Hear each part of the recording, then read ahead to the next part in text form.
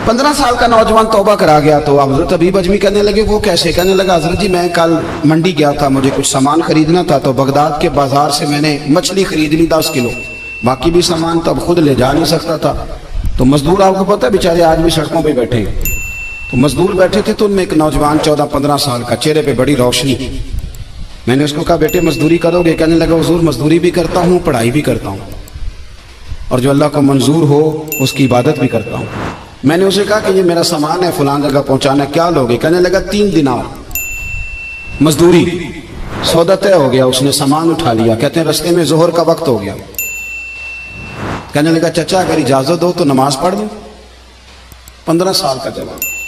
कहते मैं रख के ना वहां सामान तो फट्टे पे बैठ गया, वो नमाज पढ़ने चला गया। बाकी लोग देर से आए, वो बच्चा जल्दी आ गया।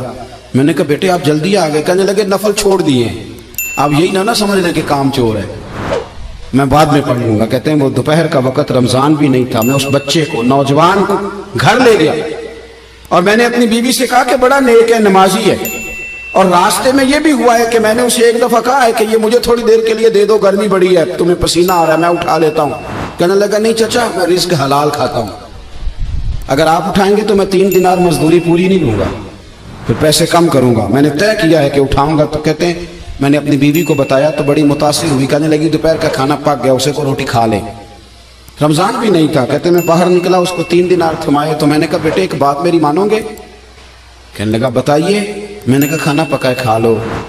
कहने लगा मैं माफी चाहता हूं, मैंने रोजा रखा हुआ है। हुजूर ने हुक्म दिया, हुक्म नबी करीम ने हुक्म दिया, बुखारी मुस्लिम की हदीस है। फरमाया नौजवानों अगर तुम्हारे पास ताकत है तो निकाह कर लो वरना रोजे रखो। हुक्म दिया, या निकाह और या रोजे, ये सरकार का हुक्म है।